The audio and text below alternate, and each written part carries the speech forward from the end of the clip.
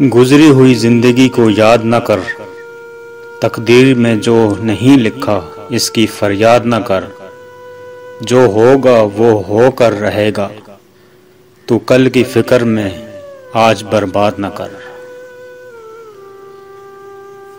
کتنے عجیب ہیں لوگ، بات پکڑ کر انسان چھوڑ دیتے ہیں۔ برباد کرنے میں بھی اکثر انہی کا ہاتھ ہوتا ہے، گلے لگا کر جو کہتے ہیں ہمیشہ خوش رہو۔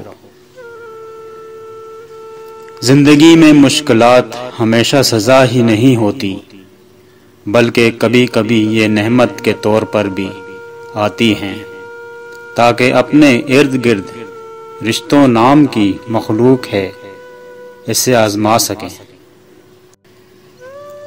ایک غیبی اصول یہ بھی ہے کہ جو تم تقسیم کرو گے اسی کی تمہارے پاس فراوانی ہو جائے گی، پھر وہ دولت ہو، محبت ہو یا آسانیاں۔